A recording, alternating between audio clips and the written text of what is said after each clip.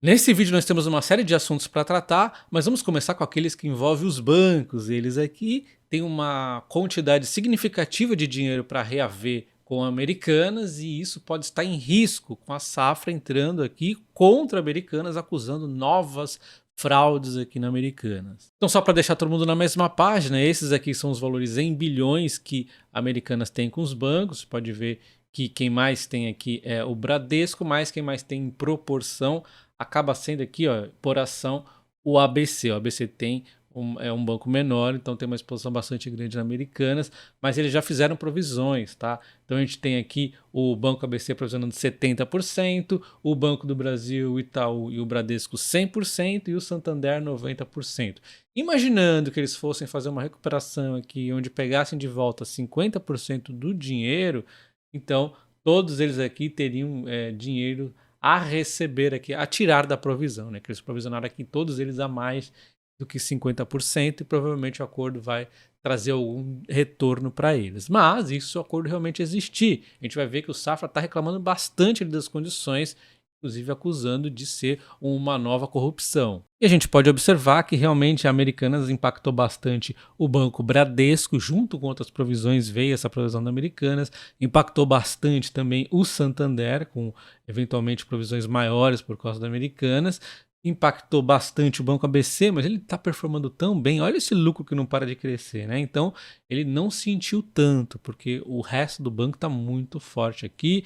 O Itaú também está indo muito bem e com isso também acabou não sentindo tanto a Americanas. O Banco do Brasil, que tinha também uma exposição um pouco menor, também não sentiu muito não. Ele vem também performando muito bem aqui. Então a gente fica nítido ali que Bradesco e Santander sofreram muito. O Banco ABC deveria ser o que mais teria sofrido, mas ele vem performando tão bem que ele acabou ali captando, né, em outras formas, esse impacto da Americanas, tá? Mas são os três que mais vão se beneficiar aqui de um acordo.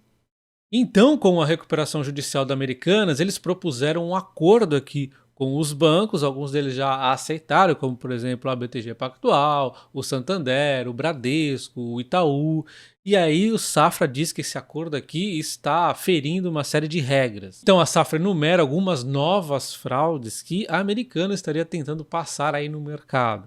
E a segunda nova fraude, segundo o Safra, é o seguinte: a imposição ao compromisso de não litigiar, ou seja, quem fizer esse acordo não vai ter mais o direito de poder entrar na justiça contra Americanas.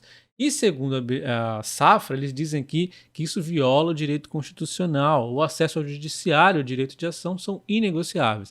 A grande questão aqui é que nós estamos falando de fraude, né? Nós não estamos falando nem de uma empresa que teve uma dificuldade, puxa, coisa de mercado só, não. Teve fraude, então eu acho isso aqui realmente a Safra tem razão, não tem como você aceita esse acordo que as empresas elas vão estar recebendo menos, a gente já vai ver isso, estão recebendo bem menos, né?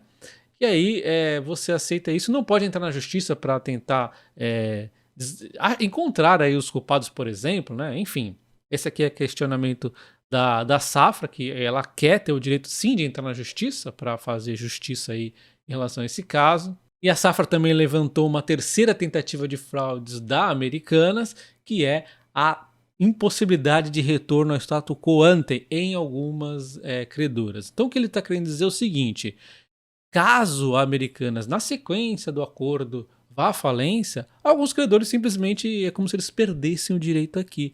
Também acho que a Safra tem razão. Então olha só o que eles dizem aqui, que é: decretada a falência, os credores terão reconstituídos os seus direitos e garantias nas condições originalmente contratadas.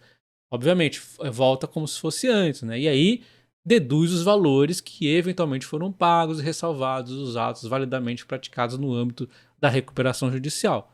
Não tem como dizer que isso aqui não está certo, tá? E aí o Safra chega à quarta tentativa de fraude da Americana, segundo eles, né?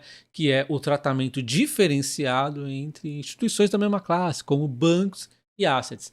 Olha só o que eles dizem aqui: os credores quirografados, os bancos, para receberem o mesmo valor de recuperação que os demais credores quirografados, as assets, eles são obrigados a conceder novas fianças para Americanas para garantias de dívidas da companhia. Se não concederem, receberão menos que os demais credores quirografados. Então olha só, é o seguinte: todos os credores estão recebendo já um dinheiro com um desconto aqui da Americana, estão recebendo menos, né?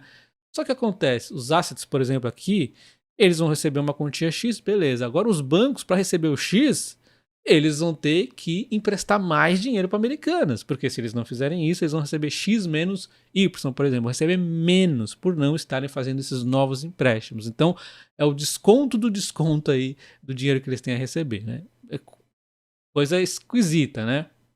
E aí nós chegamos à quinta tentativa de fraude segundo o Safra, que é interferir aqui no direito de voto dos debenturistas à disposição do PRJ, contraditória e ilegal, porque iria acabar mexendo aqui na lista, na composição da lista dos credores e no exercício de direito de votos desses credores e, por consequência, no resultado da AGC. Então, eles acabam, embora a Safra não seja um debenturista, né? Essa interferência na questão dos votos ali, de quem poderia votar, acaba podendo mexer com os interesses dos bancos, do Safra e diversos outros, né? Porque é como se o americano estivesse fazendo uma interferência nisso. Lembrando que eu não sou advogado, eu sou formado em TI e engenharia, então estou dando a minha opinião aqui como pessoa física normal que leu ali os argumentos da Safra, eles citaram aqui algumas regras e leis. Se tiver alguma coisa errada e você é advogado, escreve aí o que tem aí de errado. Na minha opinião, eu tô aqui do lado da justiça, né? Diferente da maioria dos brasileiros, eu não gosto de corrupção, então eu fico do lado aqui da honestidade, como é o caso aqui que a Safra está querendo buscar pelo menos. Então agora vamos falar da Engie, que teve a definição da data de pagamento dos dividendos e também teve uma recomendação de venda do CIT. Preço justo eles até levaram, mas ainda está bem baixo, eles acham que as ações teriam de cair para chegar ao preço justo. Então justificam da seguinte forma: a Engie está cara na visão dos analistas, né? Dada a enorme concorrência dos brownfields, que seriam aqueles projetos que ela pode adquirir, como ela adquiriu recentemente, na minha opinião foi um bom projeto, tá? Além dos baixos retornos dos greenfields, né? Que são os projetos para criar aí, vamos assim dizer, do zero, né? Então não gostamos de pagar um prêmio por futuras alocações de capital. Eles estão querendo dizer o seguinte: diante de tanta concorrência, brownfields e greenfields, não tem tanta margem para uma empresa fazer um milagre para performar melhor. Só que, na minha opinião, a Engie, ela vem sim com uma diversificação muito bacana e também com estratégias muito bem feitas, inclusive em todo o jeito que ela levou essa questão do preço de energia. Então a Engie não é à toa que ela performa tão bem, paga dividendos e cresce, né? Mas lógico, ela tem um valor esticado que, na minha opinião, sempre foi assim e tende a manter, porque a empresa ela consegue realmente performar acima dos demais e tem um diferencial sim com ela, que é a TAG, tá? Que é a transmissão de gás ali, que é bastante promissora também. Enfim, em termos de energia, se te fala que eles prevêem R$ 100 aqui megawatt-hora para 2024, 120 em 2025 e 150 em 2026. Quando a gente vê o balanço de energia da Engie, ela foi aqui muito mais rápido que a maioria das empresas aqui para vender seu portfólio ali até 2025. Então, isso a gente viu mês a mês acontecendo. Ela deixou seu portfólio bem vendido. Em 2026 já começa a deixar uma lacunazinha aqui livre, exatamente porque a energia começa a se recuperar. E olha só, 2027 e 2028 já tem aqui bem mais energia livre. Então a Engie é uma empresa que faz estratégia melhor que as outras, essa é a verdade. Ela foi a primeira a fechar antes do preço de energia cair e já deixa livre ali, porque ela sabe que vai recuperar esse preço de energia. Ela pode estar errada, pode, mas na minha opinião ela está certa. O próprio mercado acredita que o preço de energia vai recuperar, tem todos os indícios que vai recuperar, já começa a recuperar, início de recuperação em 2025, melhor em 2026, 2027 e 2028 já vai estar ali pleno. Então ela tem uma estratégia diferenciada, essa é a verdade da Engie, né? Além da TAG, além também que ela fica de olho em projetos Greenfield, Brownfield, tem também transmissão de energia que ela está sempre atenta. Então ela é negociada com um prêmio porque ela é uma empresa que é diferenciada. No vídeo posterior eu posso comparar novamente aqui as empresas de geração de energia, comparar ela com a Auren e a AES Brasil, tá? Ela tem então aquele dividendo que já passou a Datacom, dia 21/8, agora ela define um pagamento para 27/12, tá? É 94 por ação e dando 2,17 de yield de uma só vez. Em termos de preço justo por ação, o consenso diz que ela deveria custar em torno de R$ 45 quase, o que dá uma margem pouca, realmente 3,8. Eu ainda acho que ela vale mais do que isso, mas então a gente vê que esse valor é muito maior do que o que colocou lá a corretora de R$ 39, porém ainda assim eu acho que a gente vale mais do que isso. Enfim. E agora falando da Vale e da CSN Mineração, o Morgan Stanley reitera novamente a recomendação de compra dessas duas empresas, que elas têm um curto prazo muito bacana, elas estão descoladas aqui do minério de ferro, que tende a ter uma performance boa. Então o Morgan Stanley faz um comentário aqui de médio e longo prazo também, onde eles destacam que nos próximos anos as tendências globais de descarbonização, eletrificação, as crescentes tensões geopolíticas, testando a cadeia de suprimentos e as condições cada vez mais desafiadoras para desenvolver novos suprimentos, continuarão a apoiar a visão positiva do banco sobre nomes de mineração nessa segunda metade da década. Mas eles destacam que antes de concretizar-se todo esse otimismo com o setor, seria bacana ver essas ações mais valorizadas aí no mercado, que elas estão defasadas, segundo eles. Então eles destacam que, apesar da recente alta nas mineradoras, ainda há espaço para mais altas, os cortes na produção do aço chinês não se concretizaram e o minério de ferro tende a ter um bom momento, e aí eles destacam que mesmo com um panorama positivo de curto prazo, as mineradoras continuam a ter desempenho inferior ao preço subjacente da commodity. Em média, os nomes de minério de ferro sob sua cobertura estão precificando a um preço de $75 por tonelada, em comparação com 131 do mercado spot. E é um ponto muito bacana, fiquem atentos a isso, porque eu sempre fico, que é no primeiro trimestre do ano, normalmente tem muita chuva, né? Então Brasil e Austrália sofrem com essas chuvas, o minério de ferro tende a manter-se forte e, eventualmente, uma ou outra empresa pode ter problema, inclusive a Vale. A gente viu a Vale tendo problemas com isso no ano passado e neste ano, onde as chuvas impactaram os volumes de produção da Vale e aí o mercado bateu na Vale de novo e aí eu vou lá, geralmente, né, depende também de como está o preço e tudo mais, eu vou lá e compro. Mas é um momento ali que pode ter queda, então fiquem atentos ao primeiro trimestre de 2024 na Vale, tá? Não estou recomendando compra, só estou falando para vocês ficarem atentos. Normalmente é um momento aí bacana. Porque volume, choveu, não vai chover para sempre. Vai parar a chuva, vai voltar a produção, vai tudo voltar ao normal e aí a Vale volta a subir as ações. É sempre assim. Nos próximos dias eu devo fazer um vídeo mais completo com a Vale, inclusive falando de longo prazo, mas hoje vamos ficar por aqui olhando essa cotação do minério de ferro, deixando um gap aqui, ó, subiu bastante, subindo 26%, enquanto a Vale caiu mais do que o minério de ferro, depois ficou enrolando para subir e agora sobe menos, dando no ano uma queda de 7,5%. No longo prazo, o minério de ferro tende a ficar para trás da Vale. Nesse ano aqui nós estamos vendo uma alta maior do minério de ferro do que da própria Vale. Mas vamos destacar também que é o mercado sendo um pouco aqui cauteloso com uma eventual possível queda, porque a China ainda tem os momentos de ruídos dela, né? De qualquer forma, eu gosto de comprar a Vale quando ela tem essas altinhas aqui, utilizando operações protegidas contra a queda, utilizando opções. Eu faço muito isso e aí qualquer queda da Vale eu estou protegido, tá? E aí eu me garanto ganhar os dividendos, garanto uma certa alta com as novas ações que eu estou comprando, mas se cair eu estou protegido. Se você quer saber como se proteger com a Vale utilizando opções ou fazer um dividendo adicional também com as suas ações, link na descrição do vídeo, nos comentários fixados do meu curso de opções, tá? E agora vamos para a parte final do vídeo, onde o Barsi disse ontem que o Brasil tem poucos investidores e muitos especuladores, tá?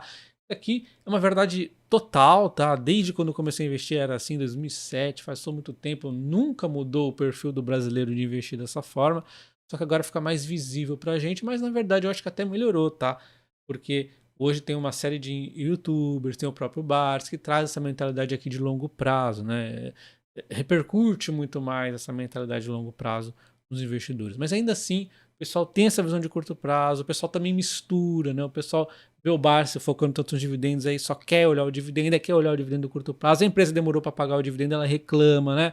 Então, Transmissão Paulista demorou para diminuir o dividendo. Por quê? Está com projetos bacanas, vai continuar pagando dividendos mais à frente, você vai ter tantos anos de tranquilidade. Você não quer tranquilidade? Então, olha só, é a oportunidade que a ação cai nesses momentos, né? Outro exemplo aí, Sanepar. Quantas vezes você não viu a Sanepar depois de uma queda, você esperou ela cair, ela ficou lá atrás naquele fundo. Mas eu comprei ali naquele fundo, ó. Queria ter comprado mais, infelizmente ela subiu, né? E inclusive ela subiu muito rápido. Se ela ainda demorasse um pouquinho mais, dá para eu ter continuado comprado mais. Mas ela deu essa disparada e é uma posição relevante na minha carteira. E para muitos aí, Talvez tenham vendido na primeira alta, porque o cara está desesperado para realizar lucro. Talvez o cara tenha vendido na baixa, o que é pior ainda, ele comprou na alta e vendeu na baixa, né? Enfim, tem vários tipos de erros aqui que o investidor faz, sempre pensando no curto prazo. Tem duas aqui, mas tem muito mais. Né? Caixa de Seguridade, BB Seguridade, tem várias elétricas que aconteceu isso. Agora tem, talvez, o momento atual, vamos pegar uma agora, que talvez muitos investidores tenham impacientes, possa ser a SB3, né? Um exemplo aí atual de uma empresa que talvez tenha irritado aí alguns investidores. Sempre vai ter alguma empresa que por algum motivo vai estar estressando os investidores porque eles ficam com essa mentalidade de curto prazo.